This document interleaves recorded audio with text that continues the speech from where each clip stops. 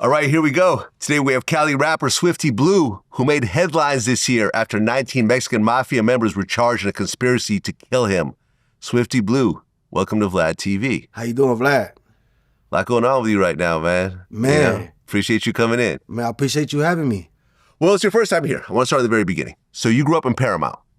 Yes, I'm from Paramount. I was born and raised. Okay. Where exactly is Paramount? That's next to Compton, Long Beach, in between Norwalk and Linwood.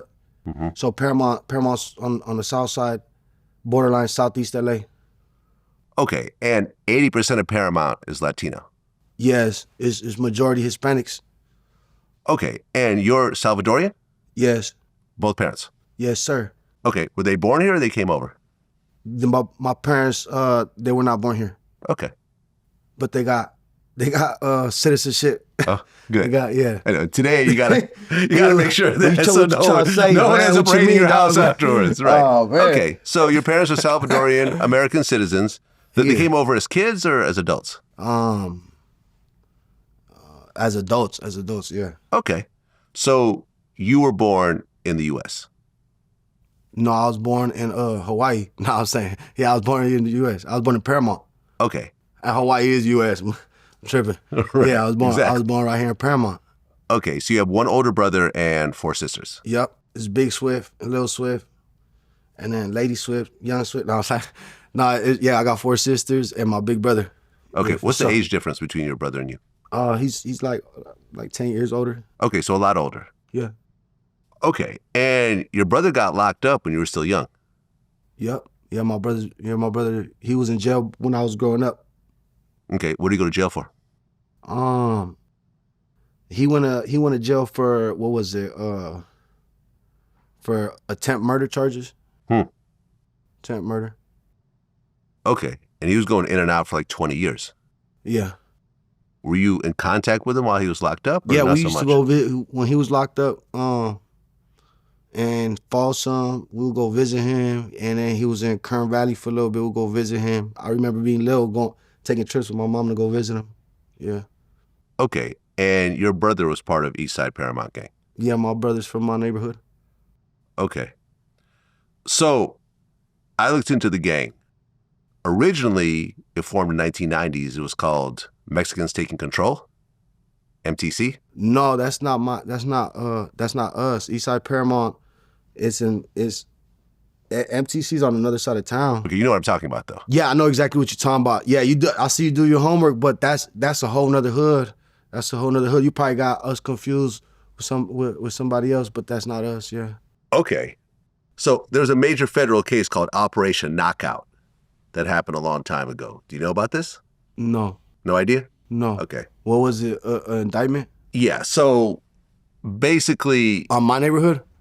yeah, they said it happened in your neighborhood in What year? 2005. Okay, I wasn't even from my hood in 2005. Exactly. You know what I'm saying? Yeah, so this is when a I long got time put on, ago. because I'm 30 years old, and when I got put onto my hood, like around early 2010, 11, you know what I'm saying? Like, that's like how many years from that indictment? Exactly. Like, ain't nobody even talking Yeah, about that that was no way more. before you. Yeah. Right. Yeah. But what I'm saying is But I heard about it, but that had not.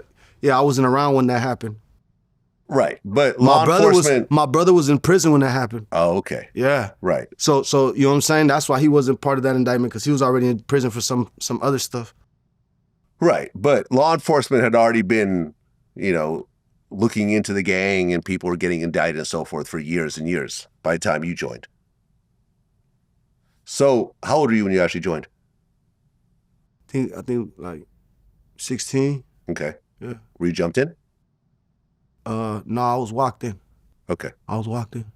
Hell no, of course I was jumped in. Okay. My neighborhood's a real hood. I was jumped in. Well, not everyone gets jumped in though, Come right? on. I'm not one of these new age rappers. I was from my hood. I was outside hanging out. Like, I was gangbanging for real. You know what I'm saying? Okay. Did you join because your brother was already part of it? That was a big influence, because, a lot of the hoods were active in Paramount, and, I grew up on the borderline, so I grew up like in my enemy's hood, so I could have been from another neighborhood, but I chose to rock with the East Side because my brother was from the East Side.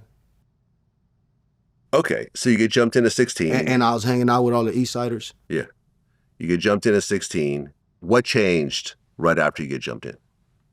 What changed? Yeah, in your life. Well, now I had to like move different because my mom's house in the enemy's hood, and I'm over here on the east. I'm hanging out on the east side, on the other side of town. So it's like I'm coming home. I'm having problems with my enemies. That changed my way of living. Before I didn't have to worry about it because I wasn't affiliated. But once I got put onto the hood, I'm picking up all the beef that they got going on in the streets. You know what I'm saying?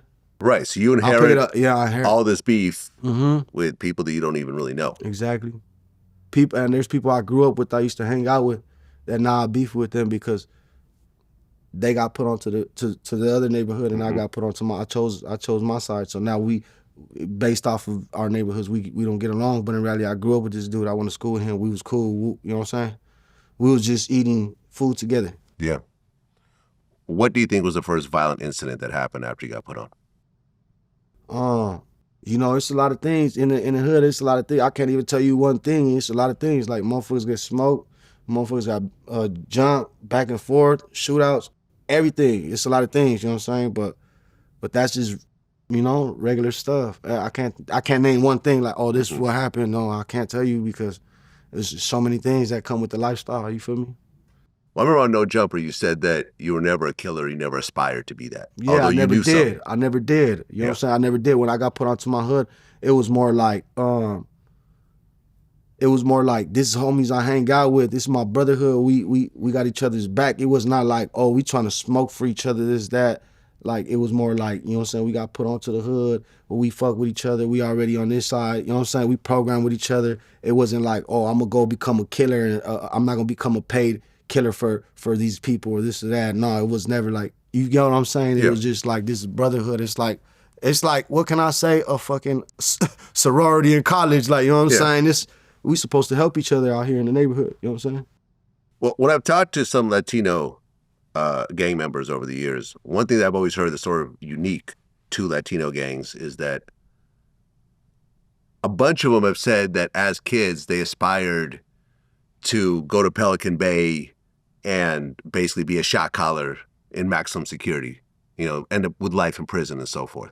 Was that something that you ever thought of, or did you have people around you thinking like that? No, you know what? I see how my brother was in jail, and then we had to go visit him, and my family had to take care of him, and he didn't have no support from anybody else. Like I seen how his life was, so I wanted to do something way different. But just me being, stuck in the city, living where I'm at, I had to deal with the circumstances of my environment.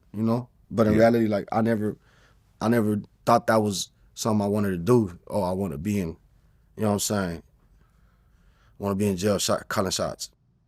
Well, you're going to school, but you're getting kicked out of a bunch of different schools. Yes.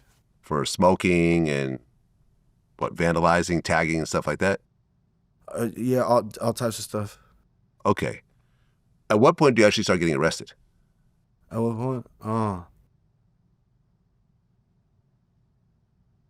I don't even remember when I first started getting arrested, but we was always getting profile harassed by the police. I don't know exactly when I started getting arrested, but it seems like you got criminal records, so you can see it right there. Well, I don't have the exact criminal record, but I kind of have an overall timeline. Yeah, I'll be honest with you, man. I smoke a lot of weed. I don't know all the details, exactly everything. So, okay. Like you want to know details, look it up. Well, you were in high school while you were locked up, and you actually graduated high school in Juvenile Hall. Yes, I graduated. So you were, like, how long were you locked up at that point? Do you remember how many, was it months, years? It don't say on the thing? No. I don't remember. But you were going in and out of Juvenile? Yeah. Okay. Yeah. I was Juvenile Halls, yeah. What's different when you go into Juvenile, but now you... Look, anybody in the Double S knows me from Juvenile Halls. Anybody in the Double S who was in jail with me know me, you know what I'm saying? Like, Juvenile Halls, County Jail, Sylmar, everything, you know what I'm saying? Wayside, North, when North was still good. What changed those? You get locked up in Juvenile Hall, but you're claiming a gang, so now whatever those established beefs now you got are... beef, yeah. You got beef with, now you beef with all these other hoods, you know what I'm saying? But now it's in a small contained space. Well, you know, it's like you go at it with everybody, man. You know what I'm saying? Like in juvenile halls, it's different from county jail, but for sure, yeah, for sure. It was more, juvenile halls is reckless. For the youngsters, it's reckless, yeah. What do you think was the most violent incident you got into in juvenile hall? In juvenile halls, shit, I don't know. It wasn't nothing too violent. Nothing too violent. Couple like just fades. That's it. Nothing Just crazy. fist fights? Yeah, fist fights. Okay, Nothing so violent. there were no stabbings or anything else No, like that? yeah, I didn't see nobody get done up like that in juvenile halls. But I'm sure it's possible. You feel me? It could happen anywhere.